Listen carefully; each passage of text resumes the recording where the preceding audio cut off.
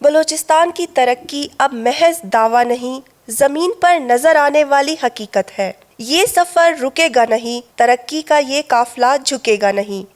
Balochistan special development initiative 2025-26 کے تحت صوبے بھر میں تقریباً 27 ارب روپے کی لاگت سے 2160 ترقیاتی منصوبے شروع کیے گئے۔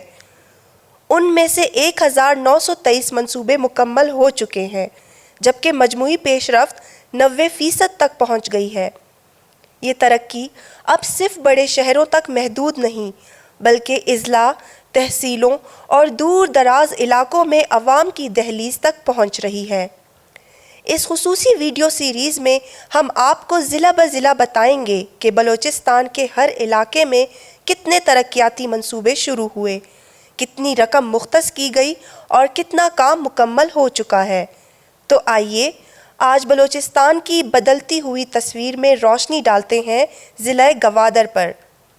ضلع گوادر میں بلوچستان اسپیشل ڈیولپمنٹ انیشیٹو کے دونوں مراحل کے تحت مجموعی طور پر 50 ترقیاتی منصوبے شروع کیے گئے، جن میں سے 46 منصوبے مکمل ہو چکے ہیں۔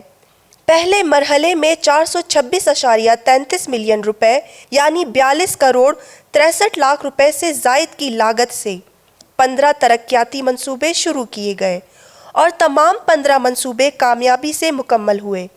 دوسرے مرحلے میں ترقیاتی عمل کو مزید وسعت دیتے ہوئے 438.83 ملین روپے یعنی 43 کروڑ 88 لاکھ روپے سے زائد کی لاگت سے مزید 35 منصوبے شروع کیے گئے۔